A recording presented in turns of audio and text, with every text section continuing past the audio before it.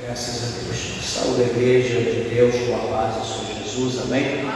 Está feliz com Jesus? Quem pode dar uma salva de palmas bem alegre para Jesus? Graças a Deus. Meus irmãos, graças a Deus pela vida, pelo livramento e grato ao Senhor pela oportunidade de mais um culto, de estarmos na casa de Deus, para que juntos nós possamos adorar o nosso Deus maravilhoso, o nosso Salvador. Quero convidar aos irmãos, todos que puderem ficar de pé, por favor, em reverência à palavra de Deus. Vamos abrir as nossas Bíblias no penúltimo livro da Bíblia, ou melhor, penúltimo livro de Judas, a última epístola. Na verdade, no último livro, Judas, antes de Apocalipse, para a glória de Deus. E vamos ler a palavra do Senhor a partir do versículo de número 3. Veja se há alguém ao seu lado, sem a Bíblia, aproxime-se para que juntos possamos ler a palavra de Deus. Todos acharam? Digo amém? Sim. Vou ler o versículo 3 adiante. Os irmãos, por favor, acompanhem com seus olhos. Ouçam a palavra de Deus. Amados, procurando eu escrever-vos com toda a diligência acerca da salvação comum, tive por necessidade escrever-vos e exortar-vos a batalhar pela fé que uma vez foi dada aos santos, porque se introduziram alguns que já antes estavam escritos para este mesmo juízo, homens ímpios que convertem em dissolução a graça de Deus e negam a Deus, único dominador e Senhor nosso, Jesus Cristo. Mas quero lembrar-vos, como a quem já uma vez soube isto, que, havendo o Senhor salvo um povo, tirando da terra do Egito, destruiu depois os que não creram. E aos anjos que não guardaram o seu principado, mas deixaram a sua própria habitação, reservou na escuridão e em prisões eternas, até ao juízo daquele grande dia. Assim como Sodoma e Gomorra e as cidades circunvizinhas, que, havendo-se entregue à fornicação, como aqueles, e ido após outra carne, foram postas, por exemplo, sofrendo a pena do fogo eterno. E contudo, também estes, semelhantemente adormecidos, contaminam a sua carne e rejeitam a dominação e vituperam as dignidades. Mas o arcanjo Miguel, quando contendia com o diabo e disputava a respeito do corpo de Moisés, não ousou pronunciar juízo de maldição contra ele, mas disse: o Senhor te repreenda. Esses, porém, dizem mal o que não sabem, e naquilo que naturalmente conhecem, como animais irracionais se corrompem.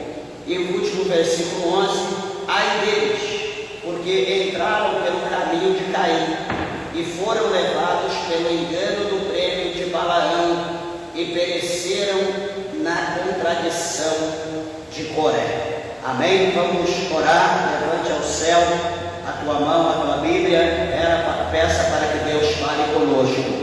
Glorioso Deus, amantíssimo Pai, Senhor Deus Todo-Poderoso, Criador dos céus e Criador da terra, grande Deus, poderoso, uma vez mais, Senhor, diante, meu Deus, da tua presença, Pai, nós nos colocamos, meu Deus, no céu, para exaltar, para glorificar, meu Deus, para bendizer o nome santo do Senhor. Obrigado, meu Deus, meu Pai, pela porta aberta nessa noite, meu Deus,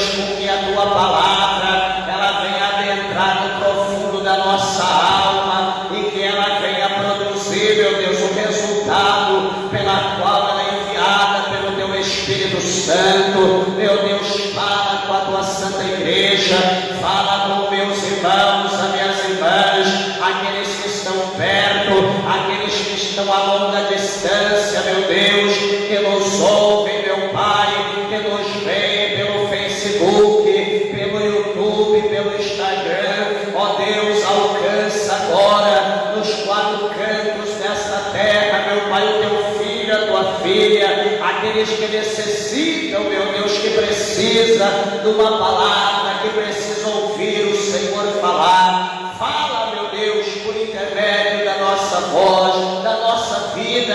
Usa-nos como profeta e conceda a resposta, a providência a todos necessitados. Fala conosco, é o que nós te pedimos e te agradecemos, em nome do Senhor Jesus. Amém. Graças a Deus. Dê uma salva de palmas para Jesus, meus irmãos.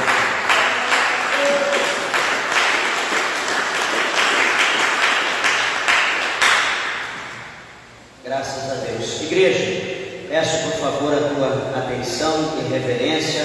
A palavra do Senhor, tenho certeza que Deus Ele tem uma palavra ao nosso coração nessa noite. Esteja no teu coração atento, aberto para receber a palavra de Deus, pois eu tenho fé e creio que Deus há de conceder a resposta a qual nós viemos nessa noite, atento, ouvir, buscar da parte de Deus. E meus irmãos, aqui o apóstolo São Judas, lembrando que quando a Bíblia aqui fala de Judas, ou qualquer nome que a gente ouve falar na Bíblia de Judas, nós lembramos de Judas o Iscariote.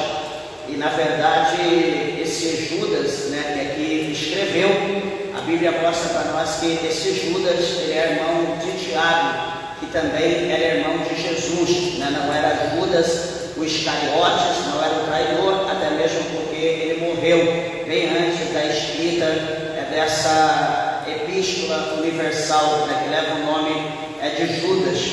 E veja que Judas, ele sendo um aqui dos discípulos ou dos apóstolos, na verdade, ele vai deixar aqui para nós, ele escreveu uma palavra que chama muito a nossa atenção e muito sugestiva, porque na verdade a palavra de Deus ela não tem uma época exata de escrita, até mesmo a história que é escrita, até a história que é lida, que muitas das vezes é ensinada de acordo com as pesquisas que são feitas pelos arqueólogos de uma forma geral, a história ela é mudada, ou a história nunca ela é exatamente aquilo que afirmam ser. E a Bíblia também, a palavra de Deus, por mais que ela fora escrita nos dias de Judas, para aquele povo naquele dia,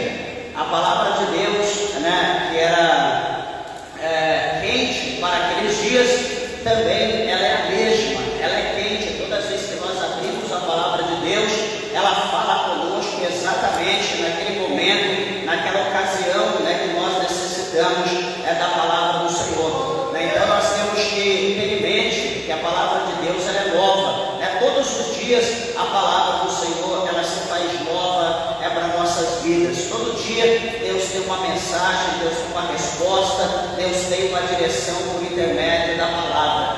E até interessante que as pessoas, muitas das vezes, sabendo do tempo da escrita da Bíblia, mais de 3.000 anos atrás, 5.000, enfim, as pessoas aí dizem muita coisa acerca, mas por mais antiga que a palavra de Deus ela seja, a palavra de Deus ela é atualizada, ela fala conosco em todos os dias da nossa vida que nós precisamos. E aqui, nesse texto do apóstolo São Judas, ele deixou aqui um relato escrito para nós, que chama a atenção da igreja. Até mesmo, às vezes, algumas pessoas podem ouvir e falar, mas o pastor, ele sempre fala acerca de falsos mestres, o pastor sempre ele fala acerca de falsos profetas, enfim, daqueles que não são verdadeiros. E por que será que tanto a gente fala acerca disso? Meus irmãos,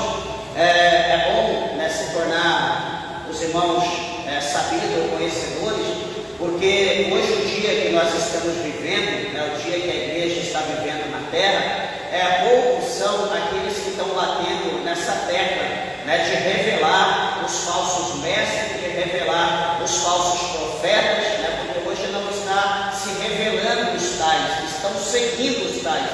E na verdade nós não podemos seguir o caminho, o condutor cego, porque a Bíblia fala que aquele que segue um condutor cego, ambos ou todos irão para o abismo, porque se o condutor é cego, ele não sabe. Imagina você entra dentro de um ônibus, entra todo mundo, vão fazer uma viagem longínqua, e de repente, quando você está ali sentado, acomodado, tranquilo, entra lá o cidadão, o que vai conduzir o ônibus, é um cara cego, ele entra ali sendo levado por 2 ou 3, o óculos escuro, coloca ele ali para sentar na direção do ônibus, o ônibus lotado de gente. Eu pergunto, quem tem coragem de ser conduzido por um condutor cego? As pessoas vão arrebentar o vidro, abrir a porta, dar um jeito para pular do ônibus, porque sabe que vai para o abismo, vai morrer. Então, por mais que a pessoa saiba dirigir, mas se não tem visão, se ele não enxerga, ele vai levar alguém para a morte, vai levar alguém para o abismo. E é sobre isso que a palavra do Senhor, a palavra de Deus fala. Quando fala de falsos mestres, a Bíblia está falando de pessoas que são condutores cegos, aqueles que estão conduzindo as pessoas, mas eles não sabem o lugar que ele está indo, ele não sabe o caminho, ele não sabe aonde ele vai chegar. Ele sabe que ele vai conduzir alguém para algum lugar, mas ele não sabe para onde ele vai conduzir a pessoa. Então nós precisamos estar atentos, porque a palavra de Deus, ela ilumina o nosso caminho. A palavra de Deus, ela dá para nós um norte, aonde nós temos que ir, para onde nós vamos chegar. Então observa aqui que o apóstolo Judas, com base nisso, nessa introdução, ele escreve para os irmãos do seu tempo, dizendo: amados, procurando eu escrever a vocês com toda a diligência acerca da salvação comum. Então ele vai escrever aos irmãos com diligência acerca de Jesus Cristo, acerca da salvação comum. E por que ele vai escrever aos irmãos? Porque, meus irmãos, em toda época, em todo tempo, todos os crentes, de forma geral, por exemplo, a minha vida aqui na presença de Deus, e supostamente a vida dos irmãos aqui na presença de Deus, a tua preocupação deve estar, em primeiro lugar, com a volta de Cristo. Nós precisamos estar preocupados com a volta de Cristo. E o escritor da carta aos Hebreus, no seu capítulo de número 3, no versículo de número 13, ele escreve lá, ele deixa anotado, deixou escrito para toda a eternidade, para todo o povo em todo o tempo, dizendo que a igreja de Deus, dizendo que os irmãos, de forma geral, a comunidade que serve a Cristo, ela precisa ser exortada todo dia. Ela precisa ser advertida todo dia que se chama hoje. Por que ele fala isso? Por causa do pecado que está habitando em cada um de nós. O pecado que está dentro, que está ao redor, nós estamos cercados pelo pecado. Então, ou seja, se nós, como o escritor aos Hebreus 3,13 diz, se nós não formos exortados todo dia, se nós não formos chacoalhados todo dia, balançados todo dia, como o vento balança a árvore para cair o fruto que já está maduro, se nós não formos chacoalhados todo dia, meus irmãos, a Bíblia diz que o pecado, ele vai endurecer o nosso coração acerca da salvação, acerca de Cristo. Então, por isso, às vezes alguém pode dizer: pastor, mas todo dia a gente tem que ser advertido. A Bíblia diz todo dia. Aí, voltando lá no Antigo Testamento também, nós lembramos lá em Deuteronômio, quando Moisés, escrevendo a sua última coleção de livros, chamado Pentateuco, ou 5 rolos, nós vemos lá que quando Moisés escreve, ele diz que a doutrina do Senhor, ela precisa ser cotejada todo dia como o orvalho que rega a terra.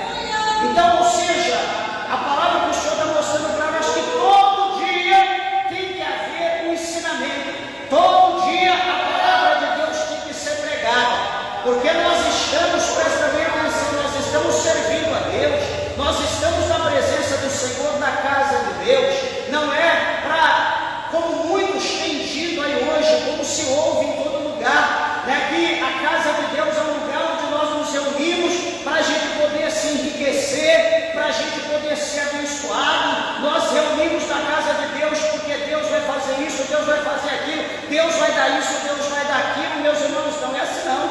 Nós reunimos na casa de Deus, nós estamos na casa do Senhor para nós aprendermos, como o salmista diz, que nós aprendemos dos átrios do Senhor, da casa de Deus.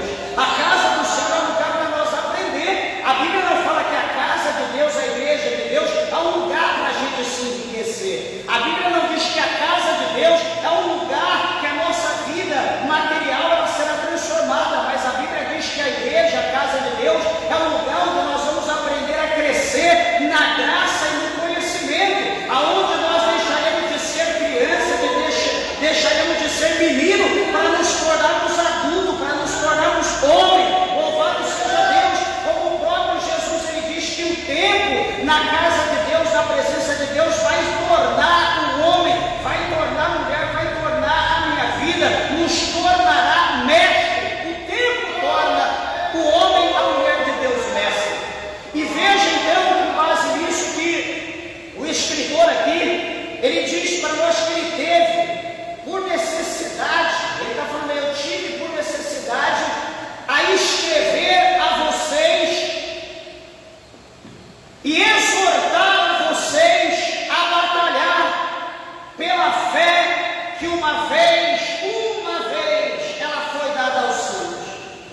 É por isso que o apóstolo São Paulo, ele escreveu dizendo que há um só Deus, há um só batismo e há uma só fé.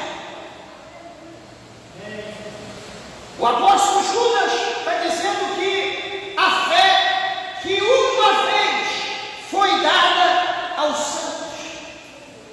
Então ele teve por necessidade a escrever e exortar a igreja a batalhar por essa fé. Só que, veja bem, alguém pode olhar e falar, pastor, mas hoje se prega a fé em todo lugar. Isso é louvável? Exatamente, isso é bom. Só que presta atenção, a fé que está sendo pregada hoje é a fé para a pessoa conquistar o seu objetivo. É a fé para a pessoa conquistar aquela porta de emprego. É a fé para a pessoa conquistar aquela bênção. É a fé para a pessoa conquistar o aumento do salário. Não é essa fé que o apóstolo São Judas está vendo a necessidade de escrever e exortar a igreja a batalhar.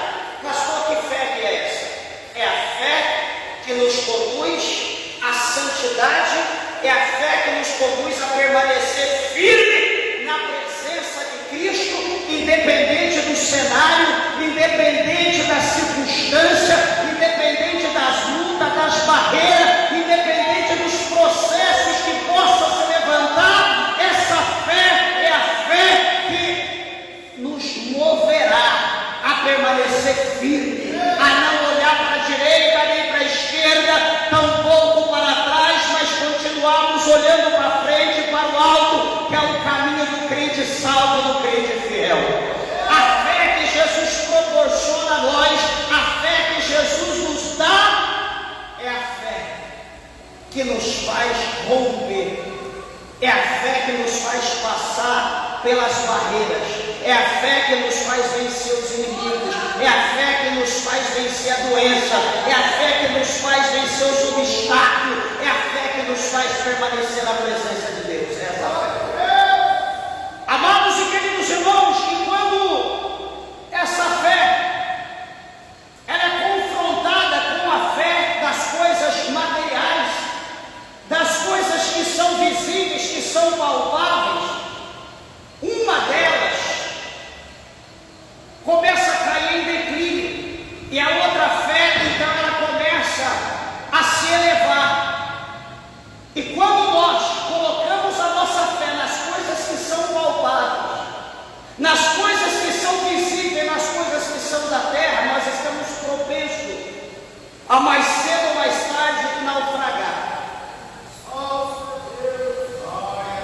O apóstolo São Paulo, ele escreve em uma das suas cartas, por exemplo, aos Coríntios, e ele relatando aos irmãos, a igreja de Corinto, ele vai dizer para eles que eles precisavam fixar os seus olhos. Já é o segundo. O apóstolo Paulo diz que a igreja precisa fixar os olhos naquilo que é espiritual. Por quê? Porque aquilo que é espiritual não passa, não cai por terra. Aquilo que é espiritual permanece para todo sempre. Em contrapartida, ele diz que quando nós colocamos os olhos naquilo que é palpável, naquilo que é visível, ele diz que essas coisas que são visíveis, palpáveis, essas coisas, elas passam rápido, elas são passageiras, ou seja, rapidamente elas se acabam. Aí alguém pergunta, pastor, mas como que então eu vou fazer como Paulo? Como que eu vou olhar para as coisas invisíveis? Como se vê coisas invisíveis? Aí entra a fé. Aí entra a fé. É aquela fé que Jesus falou, é aquela palavra que Jesus falou no capítulo 21, quando ele estava naquela casa com todos os seus discípulos ali, exceto Judas, e ele chega naquela segunda-feira, está todo mundo, inclusive Dídimo, né, que era conhecido como Tomé, e Jesus entra, Pai seja convosco, e Jesus vai direto até Tomé. E quando Jesus chega até Tomé, Jesus diz: Tomé, olha aqui está minha mão, olha aqui está, veja onde eu fui furado, veja as marcas do cravo, aonde eu fui crucificado. Jesus diz: Tomé, olha aqui o meu lado, olha aqui onde eu fui furado com a lança, coloca a tua mão, Tomé. Você queria colocar a mão onde foi colocado o cravo, onde foi furado com a lança. Eis eu aqui, coloca a mão, Tomé, fica à vontade. Naquele momento, Tomé, a Bíblia diz que ele se prostra em terra, ele cai por terra e diz: Senhor meu, Deus meu. Peraí, mas Jesus vai lá para Tomé e vai dizer: Tomé, só porque você me viu, só porque você viu aqui os detalhes, você creu? Aí Jesus vai dizer: bem-aventurado são todos vocês, bem-aventurados são todos aqueles que não viram, mas creram. Então o Senhor está dizendo para nós, por intermédio de Paulo, que nós devemos fixar os nossos olhos nas coisas que nós não vemos, mas que nós cremos, nós acreditamos, nós não vemos, mas nós cremos que Jesus está vivo. Uma ocasião, algum tempo atrás, alguns anos, provável talvez uns 15 anos atrás, nós estávamos indo para a nossa sede, era meia escala de obreiro, e indo para a sede, terça-feira, e eu fui ligar o carro, né, para sair de casa, e não tinha combustível, né, o sensor já marcava que estava abaixo da reserva, e era 17 quilômetros da minha casa até a sede. E minha esposa disse: não tem gasolina, como que nós vamos? Eu falei: Deus vai preparar. E não tem gasolina, Deus vai preparar. E fomos indo, e minha esposa preocupada, muito preocupada com a situação, e toda hora lembrava: como vai fazer, como que a gente vai voltar, a gente pode até conseguir, mas como que a gente vai ver? Eu falei: Deus vai dar vitória, Deus vai preparar. E vamos, estamos indo. Chegamos na sede, conseguimos chegar, e ali na minha escala, trabalhando, e já para finalizar o culto, faltavam 5 minutos, chega uns 10 minutos, chega uma irmã, uma senhora, e aquela senhora ela pergunta: irmão, você não pode ajudar ali a puxar meu carro? Ela perguntou: de quem é aquele carro ali que tem aquele engate atrás? Eu disse: é meu. Ela pegou e falou: você não pode ajudar a puxar meu carro, que está ali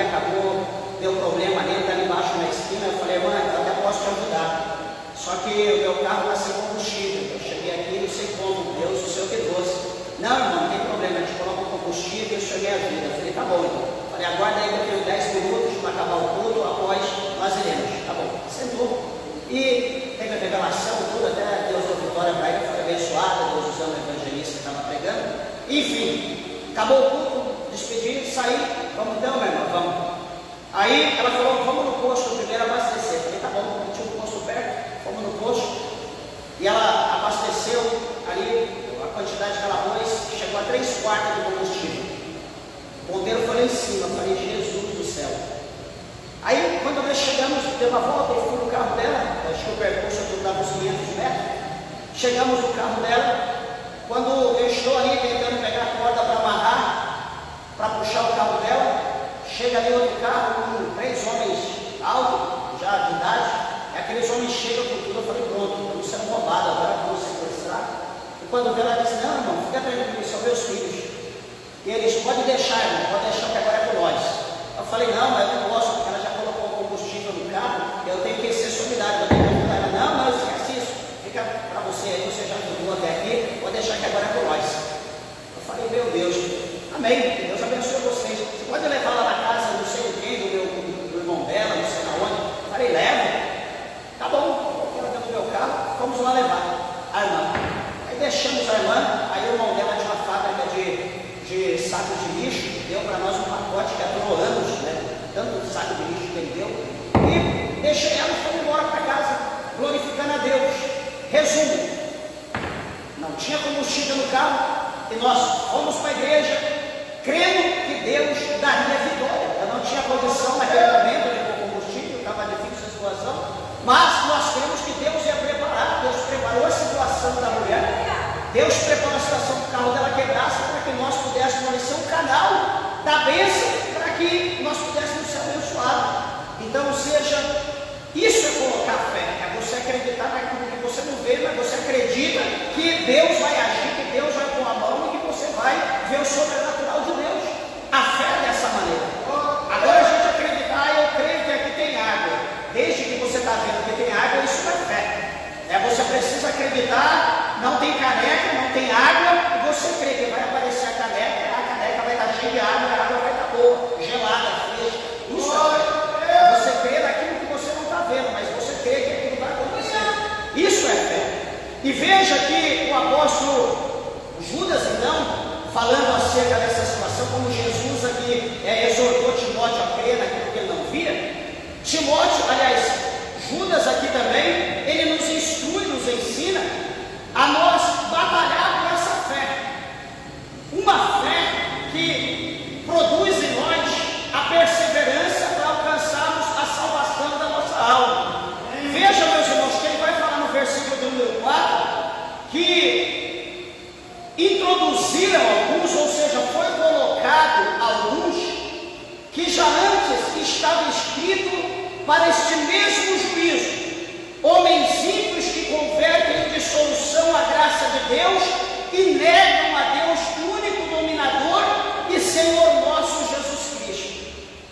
Olha o que Judas está mostrando aqui para nós, que estes homens que convertem, esses homens ímpios, enganadores, que convertem em dissolução a graça de Deus e nega a Deus, Judas está mostrando para nós que esse tipo de pessoa, esse tipo de ser, não tem como ser impedido. Por quê? Porque a Bíblia diz que já está escrito esses homens para o seu fim. Já está escrito na palavra de Deus. Eles têm que entrar em cena. Eles têm que semear o joio. Eles têm que enganar as pessoas. Eles têm que propagar os seus objetivos. Porque a Bíblia mostra no verso 4 que já foi relatado, já está escrito que esses homens têm que manifestar para o juízo de Deus. É interessante que o sábio Salomão, ele deixou escrito, ele relatou para nós, dizendo que Deus, ele fez todas as coisas para o seu devido fim, até o ímpio para o dia do mal. Deus fez tudo Todas as coisas, tudo tem um propósito. A gente pode olhar para, mas isso não tem fundamento. Isso para você não, mas para Deus tem. Tudo tem um propósito para Deus. Nada é por acaso. Nada é por acaso. A tua vida que hoje tem um propósito. Eu fui lá, porque não, tem um propósito de Deus na tua vida aqui. Não foi por acaso. Deus tem um propósito na tua vida aqui. Você que está ouvindo pela rede social, porque eu estou ouvindo esse pastor está louco, falando isso aqui. Deus tem um projeto na tua vida. Deus tem um propósito na tua vida. Algo Deus tem para fazer na tua vida por intermédio dessa oportunidade. E veja, amados e queridos irmãos, que estando escrito a realidade desses homens, eles hão de se manifestar como se manifestaram, estão se manifestando e hão de se manifestar. Está escrito acerca deles. Só que detalhe, eles vão lançar a palavra, eles vão lançar como se lança a semente, eles vão lançar o engano, eles vão lançar a mentira, eles vão tornar em dissolução as coisas de Deus. Só que detalhe, o que acontece? Cabe a mim, cabe aos irmãos verdadeiros, cabe às irmãs verdadeiras, cabe aos pregadores e pregadoras da palavra de Deus, não seguir esse caminho que esses falsos mestres estão apanhando. Eles estão introduzindo um novo caminho, eles estão introduzindo uma nova doutrina, eles estão introduzindo heresias. Só que o que cabe a nós? Cabe a nós não nos contaminar, cabe a nós não andar como eles, cabe a nós a ser diferente. Alguém poderá falar, pastor, hoje o tempo é outro, o tempo mudou, pastor, hoje nós estamos no século 21. Problema teu, se nós estamos no século 22, 23, no século 100, o problema é teu. Eu quero dizer uma coisa para você, que a palavra de Deus é a mesma. A palavra de Deus não mudou, Deus não mudou, Jesus Cristo não mudou, o Espírito Santo de Deus não mudou, a doutrina, os ensinamentos da palavra de Deus, ela não mudou. Você quer mudar, o problema é teu.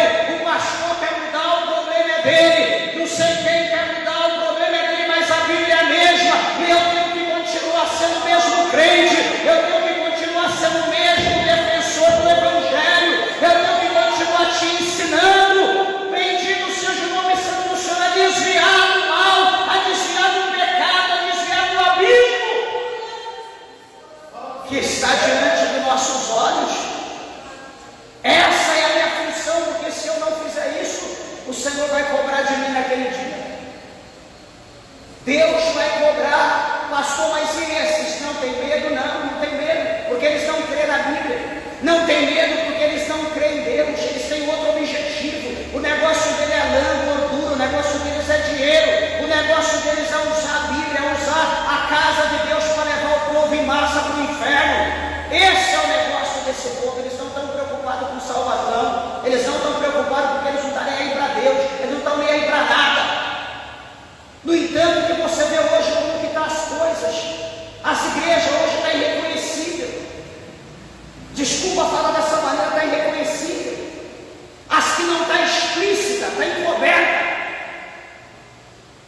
O pecado está explícito em todo lugar, quando não está encoberto.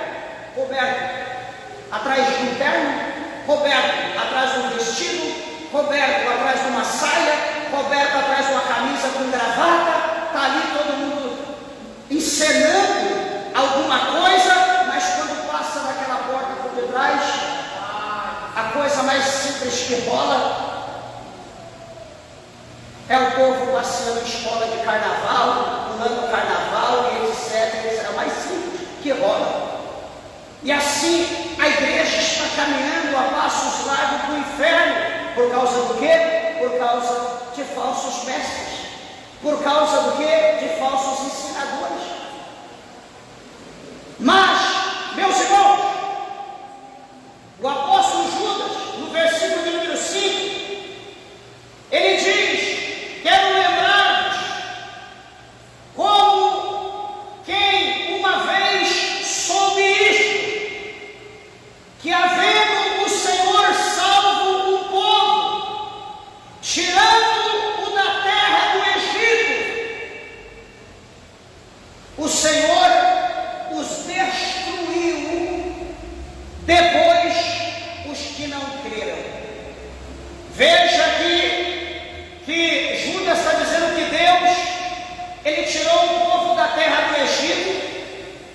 simboliza o Egito, simboliza o mundo hoje.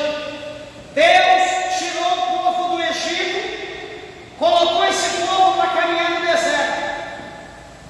Só que, veja bem que no deserto que aquele povo estava caminhando, o deserto é uma escola. O deserto é um campo de provação. Pastor, não acredito. Abra a tua Bíblia comigo, Deuteronômio 8. Deuteronômio é o 5º livro escrito por Moisés. Deuteronômio 8.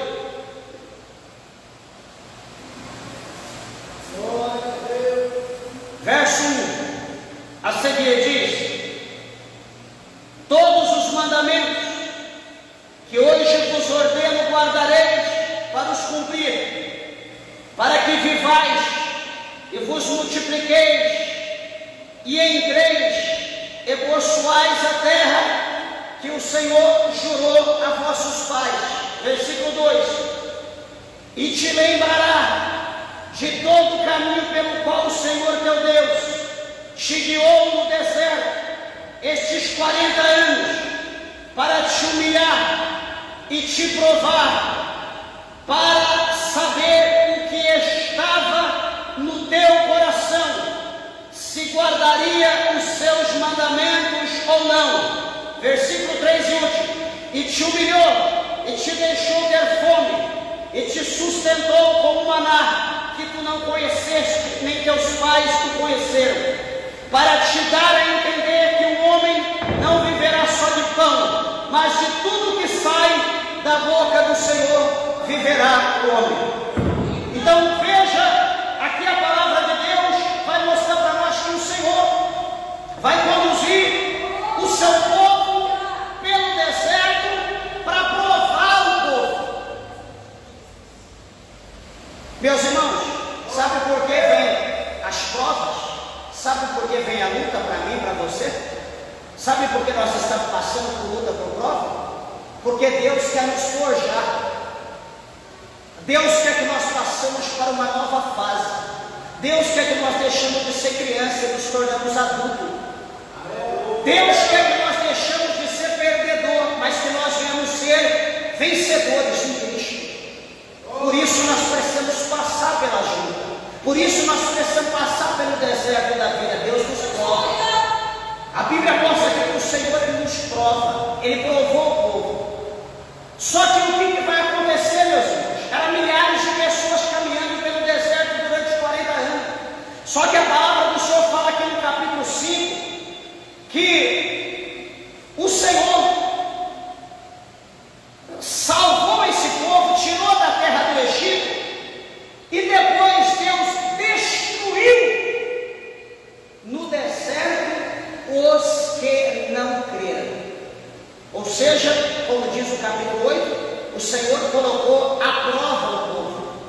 Só que o que vai acontecer? No momento da prova, eles não creram. No momento da prova, o que eles fizeram? Eles retrocederam. No momento da prova, o que eles fizeram? Eles lembraram do Egito. No Egito tinha cominho. No Egito tinha cebola. No Egito tinha moendo. No Egito tinha pão. No Egito tinha carne. E foram até mais profundo. No Egito tinha sepulcro. No Egito tinha cemitério. E você nos tirou de lá para morrermos aqui na areia, para vivermos aqui, para morrermos aqui na areia sem ser sepultado. O que aconteceu com esse povo? Eles foram provados e foram reprovados. Por quê? Porque eles não reconheceram os seus pecados. Por quê? Porque eles não deram glórias a Deus. Por quê? Porque eles murmuraram contra Deus. Porque eles lembraram do Egito, um lugar de sacrifício, um lugar de sofrimento, um lugar de angústia, um lugar onde eles eram amassados, onde eles eram espancados, mortos. Eles lembraram e falaram com prazer, falaram com amor. eles tinham mais prazer, que eles estavam felizes mais no Egito do que caminhando na presença de Deus. Meus irmãos, quantos de nós, no momento da aprovação das lutas, nós lembramos do Egito? Lá no mundo eu era mais feliz, eu dançava, lá no mundo eu bebia, lá no mundo eu tinha amigos, lá no mundo eu fazia assado, fazia cozido, lá no mundo eu fazia assim, fazia dessa maneira, no mundo eu era mais feliz do que está na igreja. Eu estou na igreja hoje só tem prova, eu estou na igreja hoje só tem luta, eu estou na igreja hoje, parece que eu não vejo providência. Deixa eu dizer uma coisa para você, Deus é o mesmo, Deus não muda. Como Deus destruiu aquele povo no deserto, cuidado, você pode estar saindo do deserto, Deus te faz voltar de novo. Olha que toda honra, toda glória tem que ser dada a Deus. Se nós estamos passando pelo que nós estamos passando, só tem um culpado, e o culpado não é Deus. Só tem um culpado, o culpado é eu. Só tem um culpado, o culpado é você. Só tem um culpado, o culpado é nós. E nós precisamos reconhecer os nossos pecados e nos humilhar embaixo da potente mão de Deus, para que no tempo de Deus, no momento de Deus, seja a vontade dele e nos exalte. Lá Camassume, a Candarábia, a Surimicanda, a Labaia. Deus tirou o povo de lá, Deus colocou o povo à prova. Mas aqueles que não deram glória a Deus, aqueles que não foram fiéis, aqueles que murmuraram, a Bíblia diz que eles foram destruídos. Todos de 20 anos para cima foram destruídos. Deus não poupou. Só de 20 anos para baixo que entraram na terra. Alguém pode olhar e dizer: Deus é mau. Não, Deus não é mau, porque Deus avisou: se vocês murmurar, vocês vão morrer. Se vocês não der glória a Deus, vocês vão morrer. Se vocês contender contra Deus, vocês vão morrer.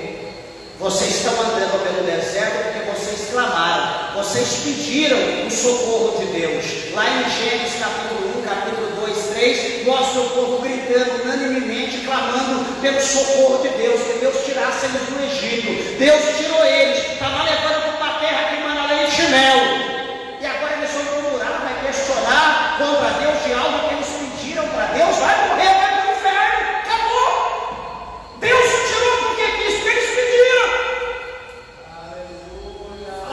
Olha a situação que tu está vivendo. Olha para a tua vida agora, faça uma reflexão, faça uma autoanálise. Olha analiticamente para a tua vida. Lembra? Lá de trás. Quem pediu? Ah, pastor, ele agrada os meus olhos. Ah, pastor, ela agrada os meus olhos. Ah, Deus é ela. Ah, Deus é ele. Alguém diz: não, é jogo desigual, não vai dar certo, não importa. Deus vai fazer obra, Deus vai salvar. Ah, é? Deus vai salvar, Deus vai fazer obra, vai. Mas Deus está dizendo que não importa. A minha carne gostou, a minha carne está feliz. Mesmo que Deus intervenha, eu não vou abrir mão. É meu, é meu. Amém. Olha hoje a situação. Você já lembrou disso? Já olhou para trás? O que Jeremias fala para nós em Lamentações? Qual é a pergunta e a resposta que ele dá para nós? Ele pergunta: do que queixa o homem vivente? A gente vai dizer que a gente não sabe, e também responde: queixa-se dos seus próprios pecados.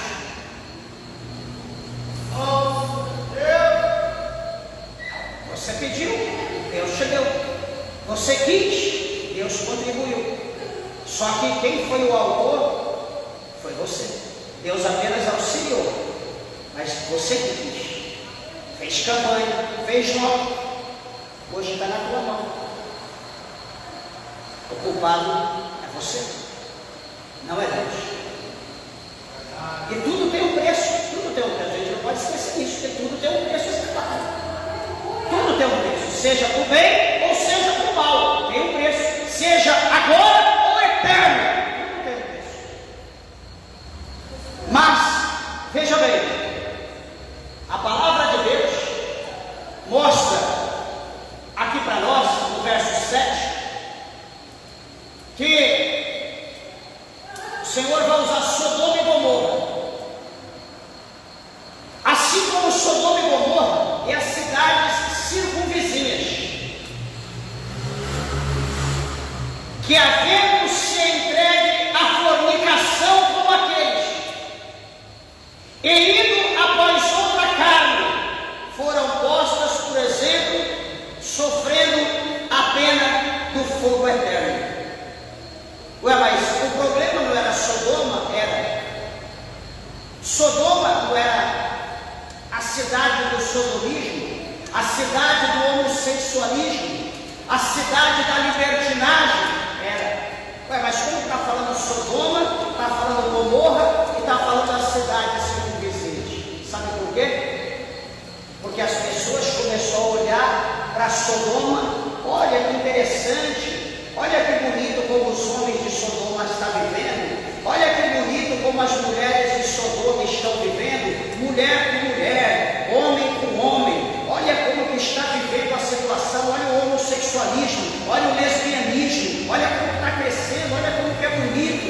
Aí Gomorra também começou a imitar Sodoma.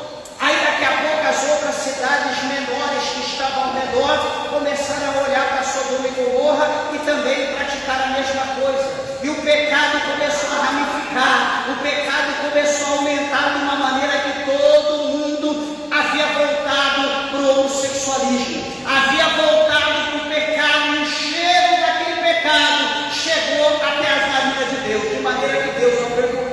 De maneira que havia Jó, que estava sendo justo naquela terra, havia sua mulher, havia suas duas filhas.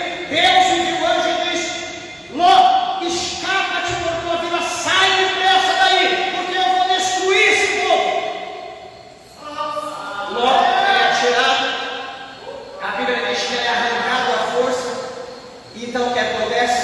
Deus vai derramar fogo e enxofre sobre aquelas cidades, Sodoma, Gomorra e as cidades circunvizinhas, de maneira que até hoje nunca mais tem vida naquela terra por causa do fogo e enxofre.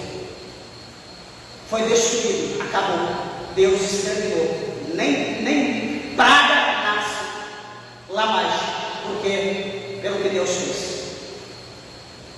Então, amados irmãos, nós optamos. Deus é bom, a Bíblia diz que Deus é bom. Só que Deus, sendo amor, Deus também é um fogo consumidor. Eu aprendi que nós devemos querer e buscar a graça de Deus, não querer graça de Deus. Não querer graça de Deus. Deus, na hora de agir, Deus não tem misericórdia contra rebeldes, contra desobedientes. É uma opção tua, você escolhe a tua vida. Só que saiba que a tua escolha tem uma consequência. O caminho que você escolher vai te levar para algum destino. E esse destino, ele é eterno. Aí tem que ver qual é o fim desse caminho. Para onde ele vai te levar?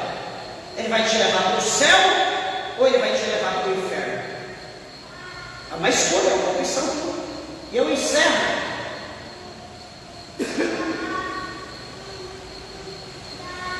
falando aqui para os irmãos algo do verso número 8, que é interessante, que ele diz que, contudo, também estes, semelhantemente adormecidos, contaminam a sua carne e rejeitam a dominação e vituperam as dignidades.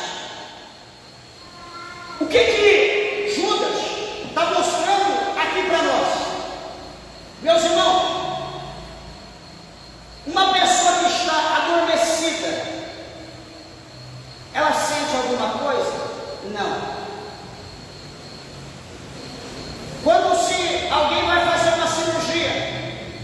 A primeira coisa que vai ser feita em você é te dar uma anestesia. Você será inoculado. E você vai o quê? Adormecer. Ali então, dependendo da cirurgia, vai abrir o teu crânio, vai abrir o tórax, tirar o coração para fora, para o outro. O que for, não importa qual tipo de cirurgia. Você vai estar adormecido, você não sentirá nenhuma dor. Farão o que quiser com você. E você não tem força, não tem poder para reagir. Então quem está adormecido está fora de ação, está fora de poder, está fora de controle. E o versículo 8, e contudo também este semelhante, adormecidos. De que maneira eles estão adormecidos? Adormecidos pelo pecado. O pecado adormece. Por que você comete? Por que nós cometemos pecados deliberadamente? Pecado e pecados. Por que nós cometemos?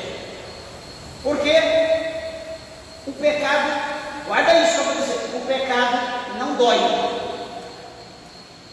O pecado dói? Não. Em contrapartida, o pecado dá prazer.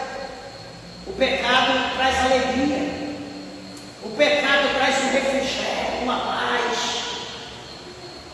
O pecado dá aquele sentimento de satisfação, de prazer. Por que isso? Porque a pessoa que pratica o pecado, ele está adormecido. Porque se o pecado ele doesse, se o pecado trouxesse a pessoa dor, irritação, se o pecado trouxesse coceira, hérnia, tumores, meus irmãos, quem seria louco de pecado? As pessoas fugiriam do pecado mais do que o cão foge da cruz. Mas o pecado, ele não dói. O pecado traz prazer. E a palavra diz semelhantemente, adormecidos contaminam a sua carne. A pessoa usa droga, por quê? Porque a droga traz prazer. A droga encoraja o homem. A droga faz ele se sentir mais poderoso. O homem bebe a bebida alcoólica porque ele é um pangaré. Quando ele bebe o álcool, ele fica macho, ele fala grosso, ele quer resolver o problema, ele quer bater, ele quer brigar. E geralmente sempre é com a esposa. E assim nós poderíamos dar eles exemplos. Então, deixa eu te dizer uma coisa: o que você pratica, que não é, ou que é contra a vontade de Deus, você pratica porque você está adormecido. Porque a sua carne está contaminada pelo pecado. E você precisa se despertar. Você precisa receber o estalo. Deus precisa tocar em você e te despertar. Tirar essa anestesia que te adormeceu. E qual é essa anestesia? João 8,32. E conhecereis a verdade, e a verdade vos libertará. 8,36. Se o Filho vos libertar, verdadeiramente sereis livres. Então, você sendo liberto, sendo despertado, você vai acordar e falar: meu Deus, o que está acontecendo? Você vai sentir a dor. Você vai começar a sentir a dor. Falar: o quê? Estavam me fazendo isso? Nós precisamos, meus irmãos, nos despertar. Não com a doutrina que é ensinada hoje, não com as pregações que são pregadas hoje, porque essas pregações que estão sendo feitas hoje estão inoculando em cada pessoa que ouve, em cada pessoa que coopera, está sendo inoculado um veneno, onde as pessoas estão adormecendo. Aonde o pecado não é mais pecado, aonde o mal não faz mais mal, aonde o diabo não é tão mal quanto parece. Vamos fazer uma campanha para Deus ter misericórdia do diabo, para Deus salvar o diabo, porque não é tão mal quanto dizem. É o que estão dizendo por aí hoje. Você está entendendo o mistério? Dessa forma, é assim que o povo está vivendo.